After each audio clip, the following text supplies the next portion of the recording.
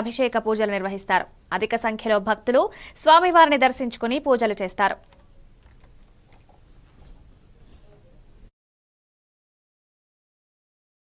शुद्ध विग्रहाय नमः। ओम शाश्वताय नमः। ओम खंड प्रशीय नमः। ओम अजाय नमः। ओम पाप मोचनाय नमः। ओम मृडाय नमः। ओम पशुपतिये नमः। ओम देवाय नमः। ओम महादेवाय नमः। ओम दिव्य देवाय नमः। ओम अव्यमायाय नमः। ओम हरये नमः। ओम पूषानंगये नमः। ओम अव्यज्राय नमः। ओम दक्षाधुर हराय नमः। ओम हराय नमः। ओम भगत क्षेत्राय नमः। ओम अव्यक्ताय नमः। ओम सहस्राक्षाय नमः। ओम सहस्र निधिये नमः। ओम अपवर्ग प्रदाय नमः। ओम अनंताय नमः। ओम तारकासुर नाशकाय नमः। ओम श्री सर्वं परमेश्वराय नमः। श्री सिद्धेश्वर स्वामी प्रीत्यर्थम यक्षंत्राय एवं पुष्पार्चनं समर्पयामि। हरि ओम। आय नीराजनम। अतः नीराजनम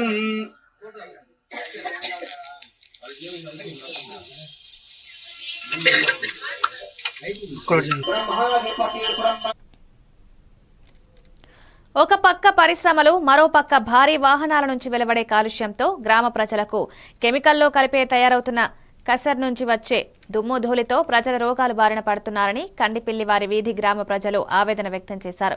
అనంతరం గ్రామ పెద్ద గొందేసి పైడిరెడ్డి గ్రామ పెద్దలతో కలిసి మీడియాతో మాట్లాడుతూ ఊరు పుట్టినప్పటి నుంచి ఇక్కడే కుటుంబాలతో జీవిస్తున్నామన్నారు. స్టీల్ ప్లాంట్ నిర్మాణంలో ఉన్నప్పుడే ఇక్కడ యువతకు మేలు జరుగుతుందని మా భూములను ఇవ్వడం జరిగిందన్నారు. కానీ ఇక్కడ ఉన్నదంతా స్టీల్, కోర్, బ్లాక్ కోల్ వంటి స్టోరేజ్ నిమిత్తం ఉన్నాయని, దానివల్ల వెలువడే కాలుష్యంతో ప్రజలు అనేక రోగాల బారిన పడుతున్నారని ఆవేదన వ్యక్తం చేశారు. దుమ్ము ధూళి వల్ల ప్రజలకు రోగాలు అధికమవుతున్నాయని, వీటిని తక్షణమే ఇక్కడి నుంచి తరలించాలని, లేని ఎడల పోరాటం చేయడానికి గ్రామ ప్రజలందరూ సిద్ధంగా ఉన్నారని యాజమాన్యానికి హెచ్చరించారు.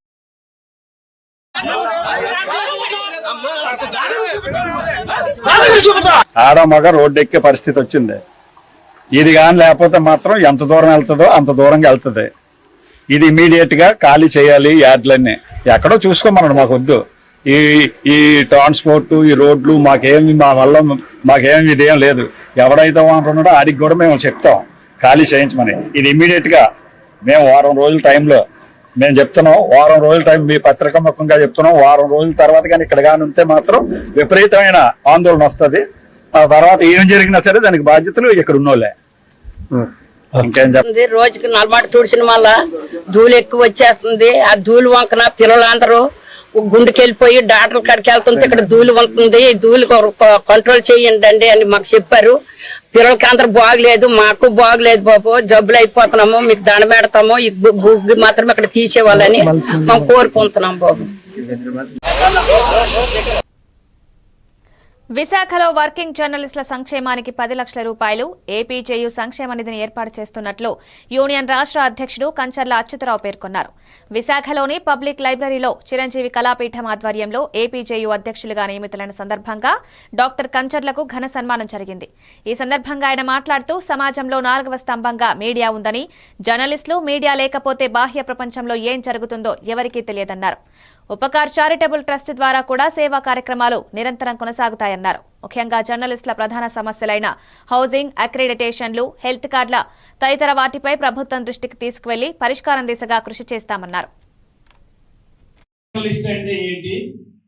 జర్నలిస్ట్ పడుతున్న కష్టాలేంటి, అసలు ఈ రోజు పబ్లిక్ లో ఎక్కడ ఏం జరుగుతుందన్నా ఈ రోజు బయటకు తెలుస్తుందంటే ఎంతో శ్రమ కోర్చి తన కుటుంబాన్ని కూడా పక్కన పెట్టి ఈ రోజు ఒక వార్తను సేకరించాలంటే ఎంత కష్టం అవుతుందో దగ్గర నుంచి చూసిన వ్యక్తిని కాబట్టి, మరి జర్నలిస్టులకు ఎప్పుడైనా ఏదైనా ఇబ్బంది వచ్చినా, ఏ విధంగా సపోర్ట్ కావాలన్నా వారికి నేను నాకు తోచినంత సహాయ సహకారాలు అందించడం, ఎందులో ఏ యూనియన్ లో ఉన్నా సరే నేను నా వంతు సహాయ సహకారాలు ఇలాగ అందిస్తూ మరి ఏపీజేయు ద్వారా కొన్ని సమస్యల్ని అతి తొందరలో పరిష్కరించే యోచనలో నేను కార్యాచరణని నేను రూపొందించుకొని నేను ఈ యొక్క పదవిని స్వీకరించడం జరిగింది.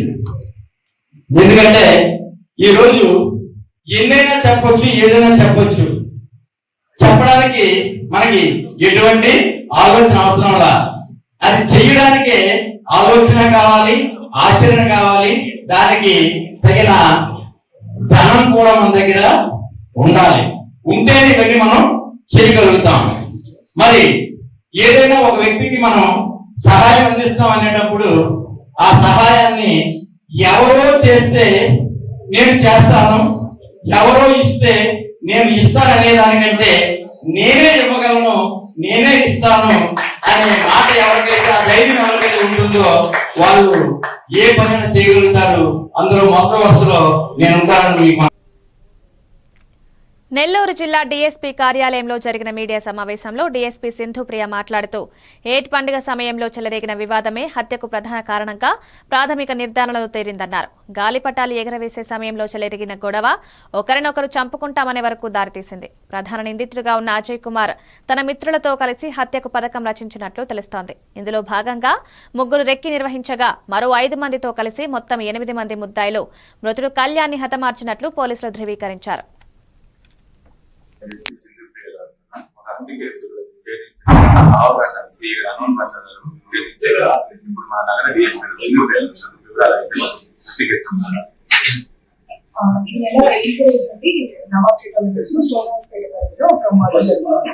సో ఈ మర్డర్ కి మెయిన్ కారణం ఇన్వెస్టిగేషన్ లో ఏంటంటే వాళ్ళు సంక్రాంతి టైంలో ఏడు పండుగ దగ్గర కైట్స్ విషయంలో గొడవ పడతారు.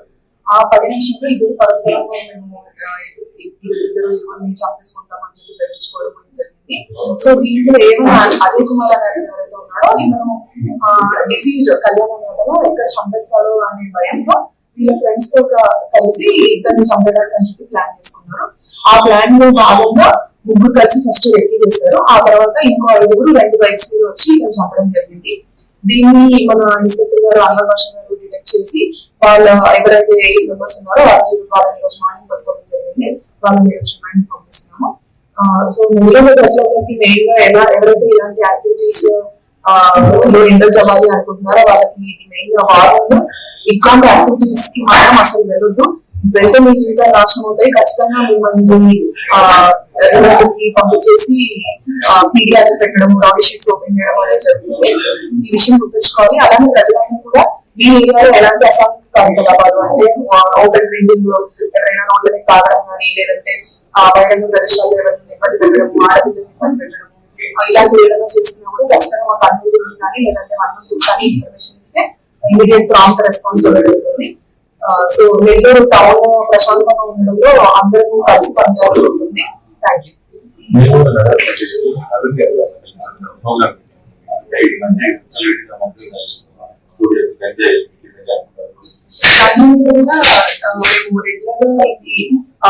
రైట్స్ అనేది చేయడం, వాళ్ళని తక్కువ జరుగుతుంది.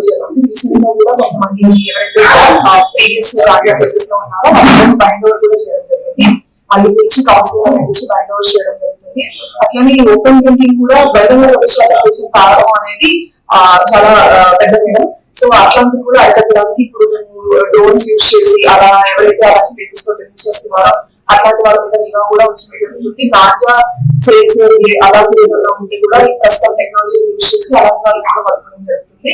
అండ్ రీసెంట్ గా కూడా పల్లెటూరు అనే కాన్సెప్ట్ లో పల్లెటూరు కాన్సెప్ట్ ఇప్పుడు నెల్లూరు నగరంలో కూడా కొన్ని ఇంపార్టెంట్ ఏరియాస్ పొలిటికల్ యాక్టివిటీస్ ఉంటాయి. అలాంటి ఏరియాస్ కి వెళ్ళి నగర నిద్ర అనే కాన్సెప్ట్ తో అక్కడ మహిళలతో కలిసి వాళ్ళ ఇబ్బందులు తెలుసుకొని అట్లాంటి వాళ్ళకి డిఫరెంట్ క్రైమ్స్ రిలేటెడ్ ఇన్ఫర్మేషన్ ఇవ్వడము, ఎవరైనా ఏ రకమైన క్రైమ్ ఏ రకమైన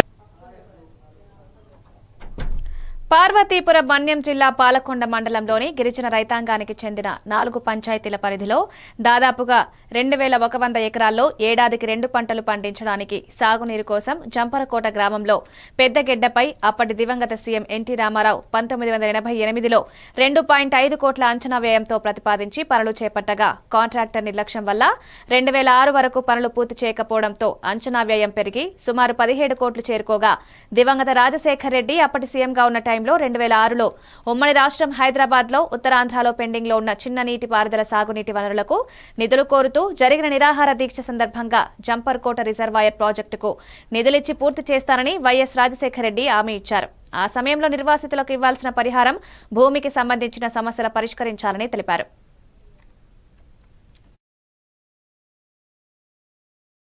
సహకారం అందిస్తుందని చెప్తున్నారు. మరి వచ్చే నిధుల్ని అటు అమరావతి అలాగనే పోలవరం తప్ప ఇక్కడ ఉత్తరాంధ్రలో బాగా వెనుకబడిన ప్రాంతాల్లో ఉన్నటువంటి ఒకటైన పాలతూరు మన్యం జిల్లా పాలకొండ మండలం గిరిజన గ్రామాలకు ఉపయోగపడే జంపరకోట రిజర్వాయర్ని 1988లో పెట్టారు. ఆ రోజు గౌరవనీయులు కీర్తిశేషులు మరి ఎన్టీ రామారావు గారు శంకుస్థాపన చేశారు. 2.5 కోట్ల రూపాయలు అంచనా వ్యయంతో ఈ రోజుకి అది 33 కోట్లకు చేరింది. ఇప్పుడు ఈ సుమారు 37 సంవత్సరాలు అవుతుంది ఆ పని పూర్తి కాక. మధ్యలో కొంత పనులు పూర్తయ్యి గట్టంతా పూర్తయిన సమయంలో హుదూద్ తుఫాను రావడంతో గట్టు మీద నుంచి వరద పారేయడంతో ఈ గట్టు కొట్టేసింది.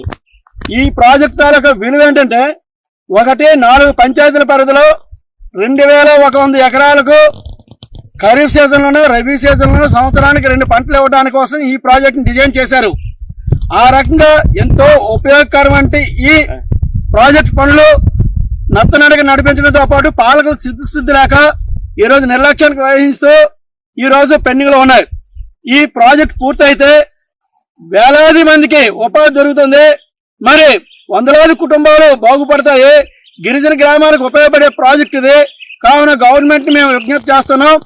అయ్యా చంద్రబాబు నాయుడు గారు, లోకేష్ గారు మీరు ఇక్కడ పాదయాత్రకు వచ్చినప్పుడు మీ పాలకొండలో విన్నవించుకోవడం జరిగింది.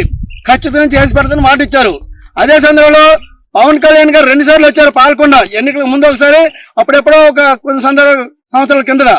ఆ సందర్భంలో కూడా జంపరకోటకు కావాల్సిన నిధులు పూర్తి చేసి గిరిజన రైతాంగానికి ఆదుకుంటామని మాట ఇస్తున్నారు.